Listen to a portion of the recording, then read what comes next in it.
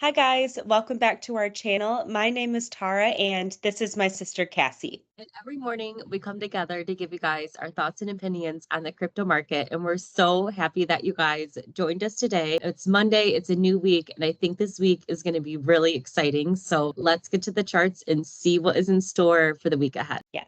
Okay, so here we are on Bitcoin and we're zoomed out to the daily time frame.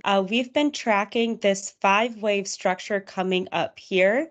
And let me just zoom in a little bit so you can see that. Yeah, so we've been tracking this 5-wave structure coming up here. It does have a full target at around 68.6 for that 618 extension. However, on Twitter, I had mentioned that we are going to hit very strong resistance at 67.8 or 68 or so. You can see that candle came up and it reached 67.7. So normally I would consider this okay, even though it's $100 off, but it's looking almost like it does want to get a perfect touch right on that fib up here. So these are still the targets that we have to keep an eye out for, which will be at 67.8.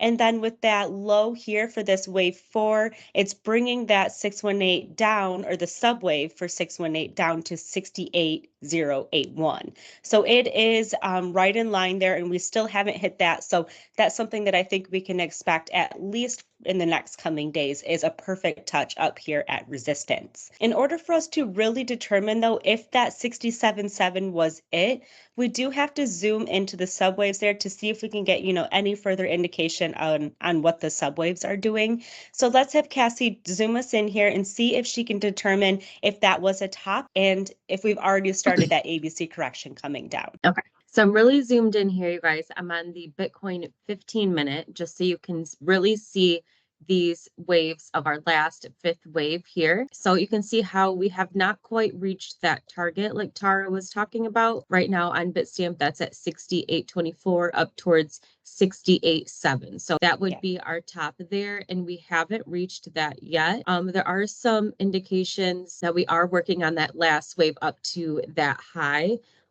So you can see that the RSI is trending bearish. So we do have a bearish trend so far that it's built, and that it could respect as it comes up to hit that last fifth wave.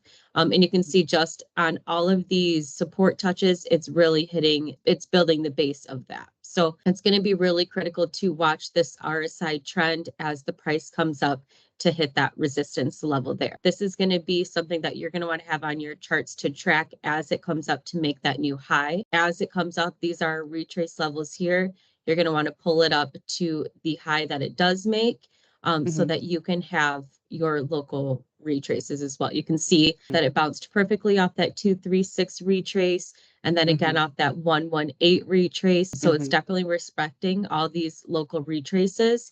And it's just crazy to me that you can see just how well markets move to TA. And it's just crazy that we have the debate like on Twitter if TA is legitimate or not. Because it's like, that's not even a question at this point. It's like, we're beyond that question. So you can just see how significant these levels are. And then with further TA and further confirmation, you could really zoom in and probably pinpoint exactly which one it was targeting. So TA is very helpful, and you can clearly see here why TA is helpful. So, and when it's done right, so so it needs to be done right. Obviously, you need to be careful who you follow for your analysis, but it's very helpful for trading, very helpful for building a portfolio and making money. So I just wanted to put that out there because I can't even believe we're arguing like TA.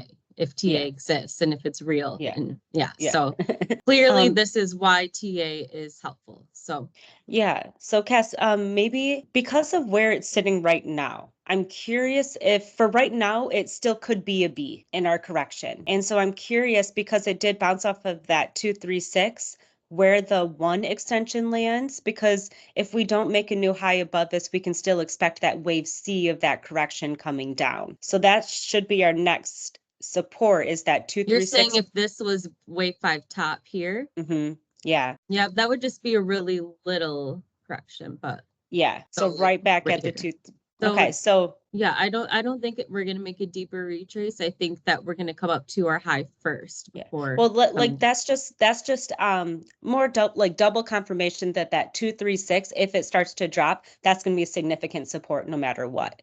So that's at 65.8, right? Right. Yeah, so that's going to be our current support. So we're looking at those resistances up at the top and then this really strong support here at that 236. Yeah, I do think that we've even built support though at 66.7 for now.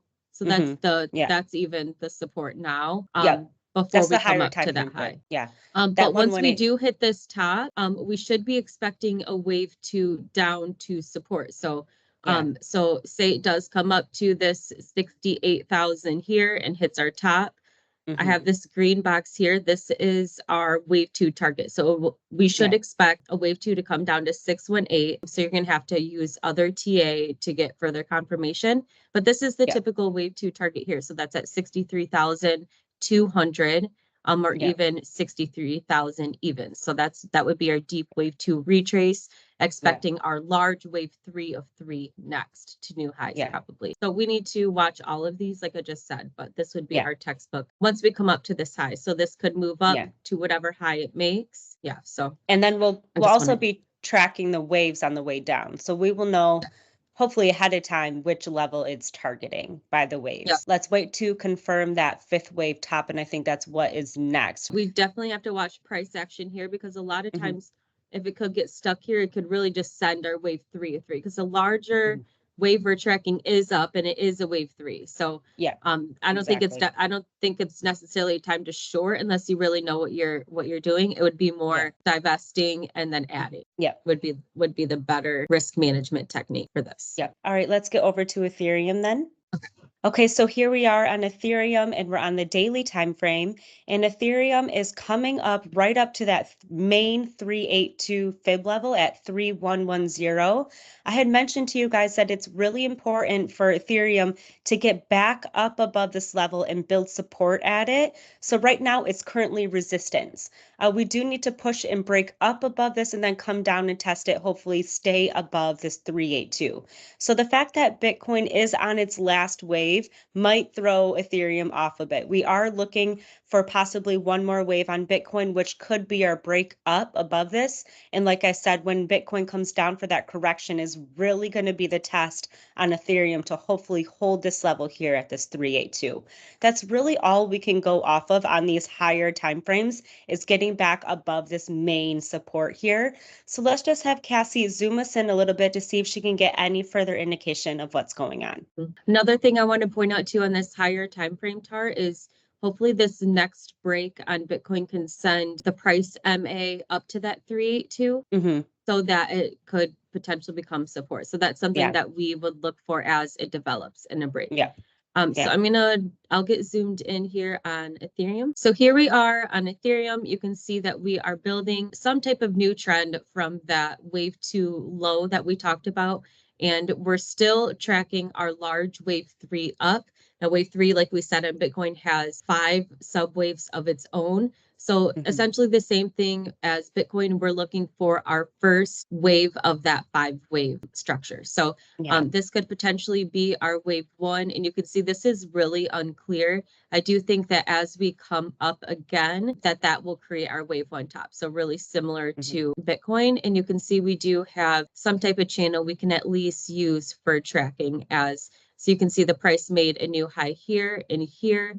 And we are really starting to break down on that 1 hour. So, and it really needed that breakdown so that our last high in price really respects that bearish divergence. So let me see if I can get some type of extension target quickly, because a 618 could help from here. Okay, so yeah, so from here, we're looking at a top at 3,200. This could be our wave one top of our wave three. So let me put in the box so it's really clear here. So this is what we're looking at. This could potentially be our wave one of wave three coming down for a wave two, just like on Bitcoin. So pay attention for the price as it reaches these levels. So that's at 3,200, pretty much exactly for both of those. So 3,200, we could see some local resistance coming down for a wave two. and then really getting excited for our wave 3 of 3, which maybe could line up with the Wednesday, because I know on Wednesdays we usually get a lot of action and Tuesdays are pretty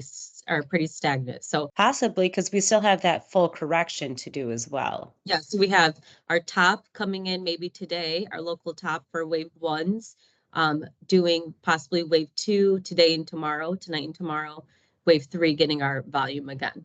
So look at the trend line that the Fibonacci levels made. It's really respect. Not that one, the top one. yeah, I mean, kind of both, right? Yeah. You and your trend line, Fibonacci trend line. Well, it's like if Fibonacci is so accurate, then why, these trend lines obviously are doing something. Yeah. I mean, that's why I'm I haven't taken them out yet, because it's kind of yeah, it's hitting helping. that resistance right now on that Fibonacci set. I mean, No, on the trend line, yeah. that was an hour ago.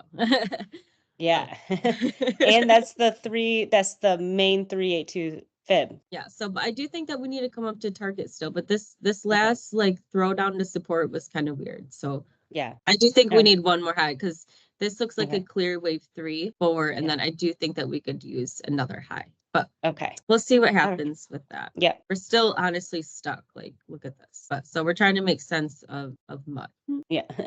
All right. Okay, let's get to XRP. Okay, let's do it. Okay, so here we are on XRP on the daily time frame, and we've been eyeing this level here at this main 382 at 515. It did come up above it, and the MA is leveling off right on that level, but we've lost it now as support. We're sitting around it at around 512.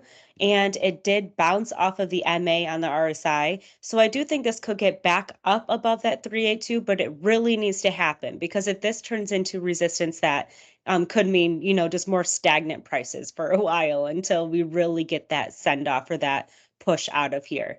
So this is still, a critical level that we have to watch out for, like I said, at 515. And then also because we are below it, we have that support at 497 still. Like we've mentioned before, it doesn't look like it's going to make a new low. It looks like we are building support, and you can see the RSI is steadily rising as we continue on here in the market. So it is building strong support, even though the price is not really moving much. So that's something that we have to pay attention to. Like I said, is hopefully get back up above this 515 and hold it again as support. So let's just have Cassie zoom us in here and give you a closer look at what we're expecting. Okay, so we have the XRP 1-hour chart here. You can see, just like Tara mentioned, we had another bounce off that 382 retrace, which honestly should have been expected, because you can see that was our breakout point here. So we came down and it was our breakout and it needed to be tested. So that's now been tested. It could still come down and test again. But this in general is our support, which is at this large 382 area here. So it did perfectly resist the 236 of the same fib set. So I'm continuing to use these larger resistant or retraces here.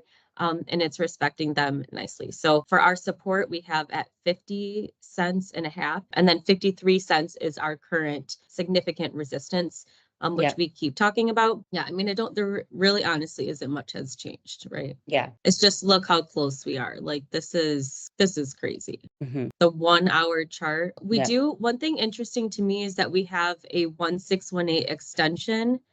So if we don't make a new low below that 50 cents and a half, our extension target is right up at that 58 cents or like 57 and a half that we keep talking about. This is a significant resistance area. So it's possible that we could come all the way up there to hit that level as well. Yeah. So, and that'll break us out of the triangle, and then we'll come back down to test it for wave 4. Yeah. So, I mean, all of these are significant resistance areas. So I'm going to put them in. This one should break. I know it's resistance now, that 53 cents, but as it comes up again, we should really break that and possibly have support there, Yeah. So I wanted to show those that if we do get a good solid break, where it could really be headed, which really isn't any different. It's just further confirmation of those levels, right? Because we've been talking about those levels for a while. So this is our last challenge here. This is our last hurdle. The last stand. The last. I'm wondering what June is going to bring for XRP. I'm excited. Yeah, me too. Is that it then? I think so. All right. Thank you guys so much for watching today's update, and we'll be back tomorrow with another one.